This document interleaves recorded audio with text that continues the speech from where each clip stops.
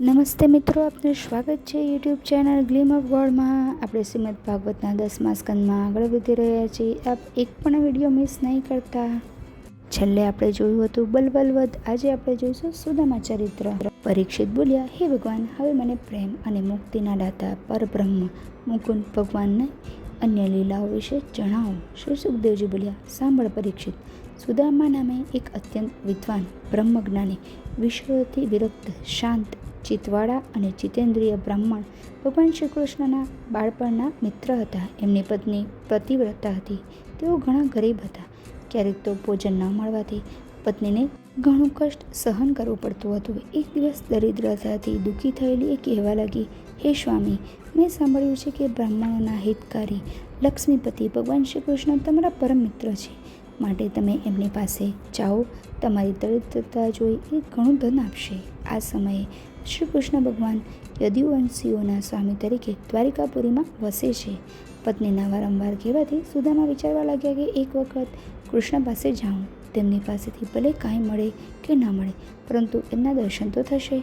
એટલે એમણે ત્યાં જવાનો નિર્ણય કરી લીધો અને પત્નીને કહ્યું, હે કલ્યાણી, હું મારા મિત્ર કૃષ્ણ પાસે જાઉં છું, પણ ખાલી હાથે જવું મને યોગ્ય નથી લાગતું. એના માટે કંઈક ભીખ તો લઈ જવી પડે.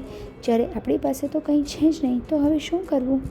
આ સાંભળી એમની પત્ની પાડોશી પાસેથી 4 મુઠ્ઠી તાંદૂળ માંગી લાવી અને એક જૂના ફાટેલા કપડામાં બાંધી ભગવાન કૃષ્ણને ભેટ આપવા માટે પોતાના પતિને આપ્યા.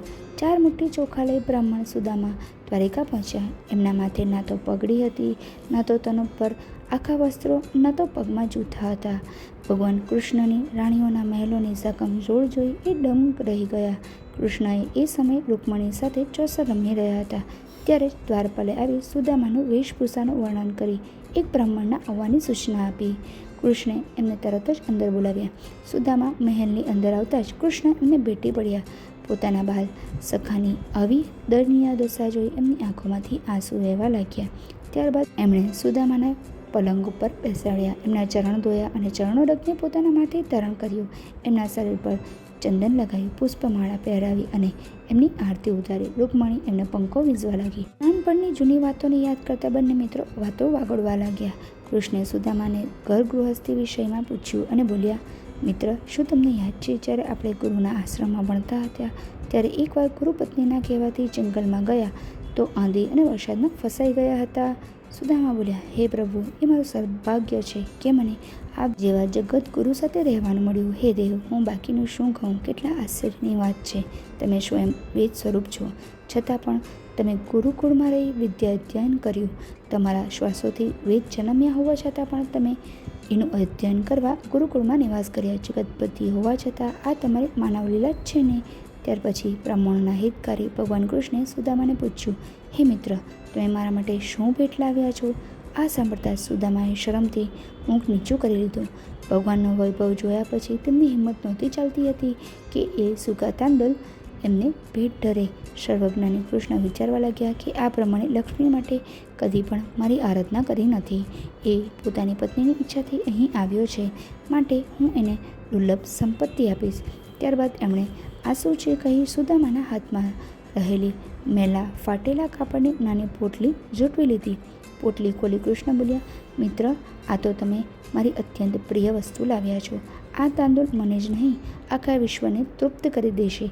આટલું કહી એમણે 2 મુઠ્ઠી ચોખા મુખમાં નાખી દીધા અને ત્રીજી મુઠ્ઠી નાખવા જતા હતા કે રૂકમણીએ એમનો હાથ પકડી લીધો અને બોલી, બસ આટલું જ ઘણું છે. તમારું આટલું જ સંતુષ્ટ થવું મનુષ્યને આ લોકમાં ને પરલોકમાં બધી જ સંપત્તિઓ આપી દે છે. આ રાત્રે સુદામા ભગવાનના ભવનમાં રહ્યા અને પ્રાતઃ ભગવાનની આજ્ઞા લઈ પોતાના ઘરે જતા રહ્યા. તેમણે કૃષ્ણ પાસે કશું માંગ્યું નહીં. કૃષ્ણે તેમને કશું પૂછ્યું નહીં. કૃષ્ણ પાસેથી ધન પ્રાપ્ત કર્યા વગર સુદામા જેવા આવ્યા હતા એવા જ ઘરે પાછા ફરી રહ્યા હતા. છતાં એના મનમાં કૃષ્ણના દર્શન થયા તેની ઘણી જ ખુશી ઉપજી હતી. એ રહી રહીને ભગવાનની ઉદારતાનું સ્મરણ કરતા હતા. કૃષ્ણનું એમનું ભેટવું, પગ ધોવા, રૂકમણીનું એમને પંખો વીઝવું એમનાથી વિસરાતું નહોતું. આ વિચારોમાં ને વિચારોમાં જ્યારે એ પોતાના ઘરે પહોંચ્યા તો એમની ઝૂંપડી ગાયબ થઈ ગઈ હતી અને એના સ્થાને ભવ્ય મહેલ ઊભો હતો.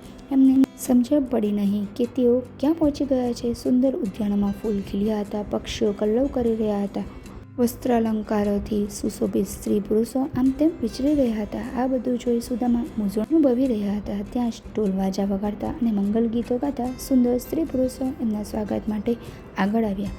પતિના આગમનની ખબર પડતા જ તેમની પત્ની, જે અત્યારે સાક્ષાત લક્ષ્મી સમાન દેખાતી હતી, તે ઘરની બહાર નીકળી.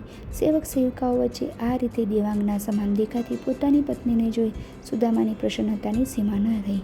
ઇન્દ્રને પણ શરમાવે તેવા બહુમૂલ્ય રત્નો જડિત ભવનમાં પ્રવેશ કરતા અને આ સમસ્ત સંપત્તિ જોઈ એ સમજી ગયા કે આ બધું જ ભગવાન શ્રી કૃષ્ણની કૃપાનું જ પરિણામ છે. એમણે વગર માંગે જ બધું આપી દીધું છે. ભગવાનની હાસ્ય, સખ્ય, અજવા, મિત્રભાવની ભક્તિ જન્મ જન્મ સુધી મળતી રહે એવી પ્રાર્થના કરતા વિષયોને ત્યાગી સુદામા ભગવાનના ધ્યાનમાં લીન રહેવા લાગ્યા. અવિદ્યાની ગાંઠ કપાઈ જતા એમને વૈકુંઠલોક પ્રાપ્ત થયો. આ છે સુદામા ચરિત્ર નામની કથા.